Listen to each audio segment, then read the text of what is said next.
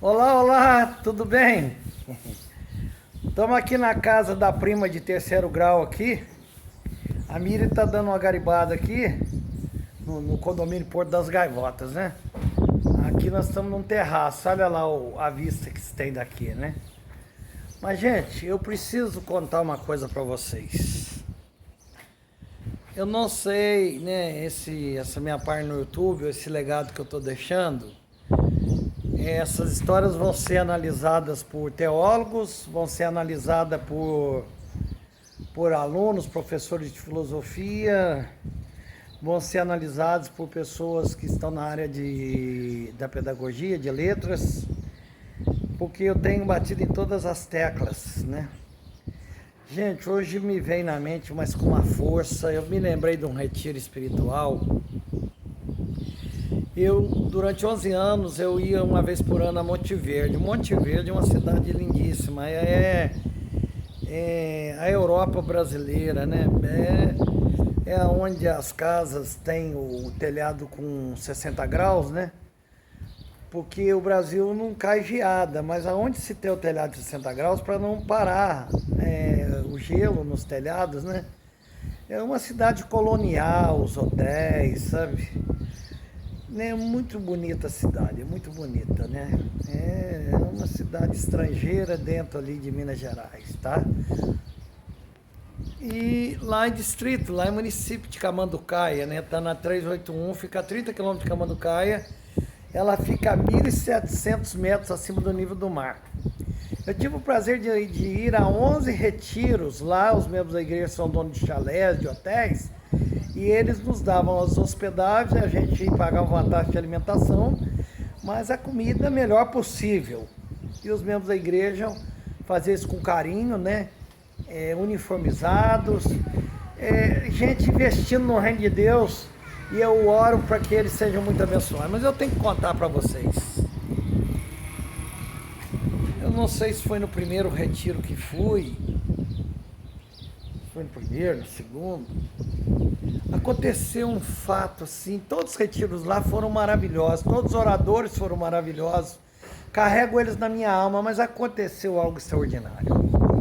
O convidado era o pastor Irlande Pereira de Azevedo. O pastor Irlande, ele é carioca, ele foi pastor em Queimados quando ele começou o ministério. Ele era funcionário da Petrobras, agora vocês imaginem, funcionário da Petrobras. Ele pediu demissão para poder dar tempo integral ao ministério. Depois ele foi convidado, ele pastoreou a primeira igreja batista de Queimados, que fica na Baixada Fluminense. E ele foi ser convidado para ser pastor da primeira igreja batista em São Paulo e pastoreou aquela igreja toda a sua vida, não sei se 50 anos, ele é vivo, ele tem livros editados, ele foi membro da Aliança Batista Mundial, já estive com ele em Ravenna, ele já pregou em Varginha, já comprei livros dele, e ele era o convidado, estava lá. E qualquer instituição, gente, vocês vão encontrar os conservadores, vocês vão encontrar os ortodoxos, vocês vão encontrar a pessoa que é mais equilibrada, vocês vão encontrar a pessoa mais liberal. Eu me considero uma pessoa equilibrada em todas as matérias que eu estudo, né? Eu estou no meio. O Aristóteles diz que o equilíbrio sempre está no meio, nunca está nas pontas.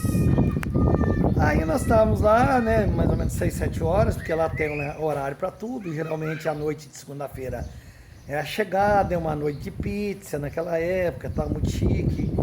E chegou lá um homem de um bom aspecto, magro, alto, dos 40 anos, simpático, com a esposa, 2 filhos pequenos. E o que tinha acontecido era o seguinte, eu acredito que a cúpula sabia, né? O pastor Irlande era um convidado. Mas como a cidade está a 1.700 metros acima do nível do mar, o médico não permitiu ele ir. Entendeu? Não, o senhor não pode ir lá não. Lá é muito alto para o senhor. E ele não pôde, mas ele mandou esse pastor, o representante, quer dizer. Olha, para representar o pastor Irlande, né, uma pessoa não manda um substituto assim, né? Tem que mandar em qualquer nível, tem que mandar uma pessoa à altura. Ele vai falar para líderes. Olha, falar para líderes não é fácil não. Não é brincadeira não. Quantos retiros eu já tive antes do palestrante falar, antes dele concluir o raciocínio daqui, já tem milhões de pessoas combatendo aquilo que ele está falando, sem ouvir o final das coisas.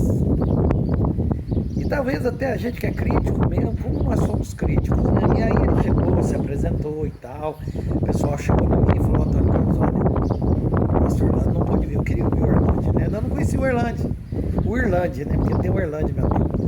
Eu não conheci o Irlande, filho, porque o Irlande tem o nome, porque o Irlande foi pastor do pai dele, e em homenagem ao Irlande, ele colocou o Irlande, que é o pastor da primeira igreja batista de Lavras. Aí eu queria ouvir o pastor Irlande, mas aí chegou esse pastor tal, e da minha mesa falaram: ó, pastor Irlande não pode vir, mas esse aí é que vai pregar no lugar dele. Então, aí tá legal, é aquela expectativa, né? Aquela expectativa, você chega cedo, vai tomar banho no chalé, volta, recebe o chalé, você fica feliz, cada dia você coloca, cada ano você coloca no chalé, num lugar bonito, aprazível, você conhece vários chalés, hotéis, pousadas, é tudo maravilhoso. Agora o café, as refeições é tudo na igreja. Tem várias refeições, tem café depois do culto da noite, tem chá. Lá eu conheci o hibisco, né? O chá de hibisco é vermelho. É muito bem tratado, gente. A cidade tem uma estrutura fora de série e os irmãos daquela igreja são maravilhosos. A igreja batista fica na Praça das Árvores, tem uma árvore imensa na frente da igreja. É um lugar muito frio, então a igreja tem uma porta de vidro, né? As pessoas entram e encostam a porta de vidro. Geralmente a gente ia quando estava começando, ainda estava no outono, quando ia começar o inverno. A gente pegava um pouco de frio lá, a gente, todo o chalé tinha lareira, a gente algumas vezes acendia, né, para ter uma noite romântica. Tudo muito lindo, sabe? E aí, fomos pro culto. Teve louvor e tal, tinha um pastor lá, um americano, o Daniel Templeton, com a Beth, eles, é pro casal, né, pastor e pastor, a esposa. Aí, ele tocou o serrote, todo ano ele fazia aquilo, a gente levava ele em nossas igrejas. E aconteceu que o homem assumiu a palavra, gente. Meu Deus do céu, meu Deus do céu. O homem era homem demais, o homem era homem de Deus, homem de muita coragem. O homem falou coisas lá, meu Deus do céu, do Arco da Velha, gente. Ele contou que quando assumiu essa igreja em São Paulo, era uma igreja trampolim. Seminarista ia para lá, ficava 2, 3 anos, né? Se demonstrava que era um bom pastor, porque todo mundo ali em São Paulo deve ser formado na Faculdade Batista de São Paulo, que tem como reitor o Lourenço Estega, né? Eu mandei uma vez um seminarista para a Faculdade de São Paulo, lá quando eu pastoreava a Nova Resende, eu mandei o Rodrigo para lá. O homem arrebentou, o homem disse que veio colocar limão e vinagre nas nossas feridas, o homem falou de expulsão do demônio, o homem arrebentou. O que aconteceu? Os conservadores, os radicais saíram lá mordendo a língua. Nossa, a direção saíram apavorados.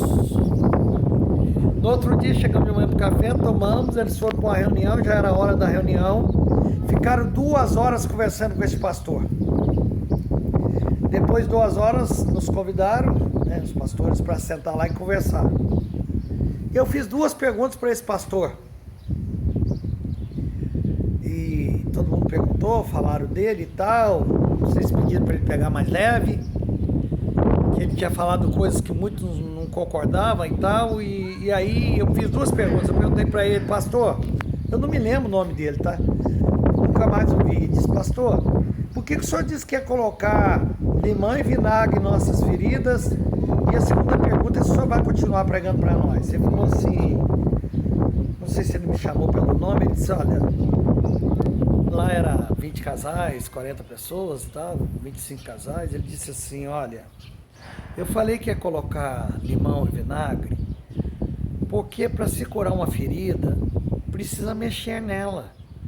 Quando você chega no hospital, para você tirar ali a sujeira, para você tirar as coisas, né? Vai arder, vai doer, e depois vem o mertiolate, depois vem o curativo, depois se tiver que dar ponto.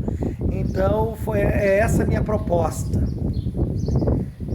E a segunda pergunta que eu fiz, só vai continuar, ele falou para mim: ó, se vocês deixarem, se eles deixarem, quer dizer, se a diretoria Se a cúpula aqui da ordem, da associação, da Cibaçu deixar, eu vou continuar. Eu vou fazer o meu trabalho.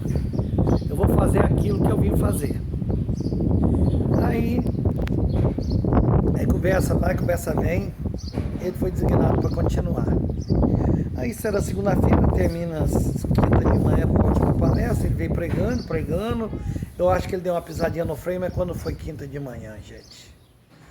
Quinta de manhã, gente. Aquele homem falou coisas que não teve quem não chorasse aquele dia.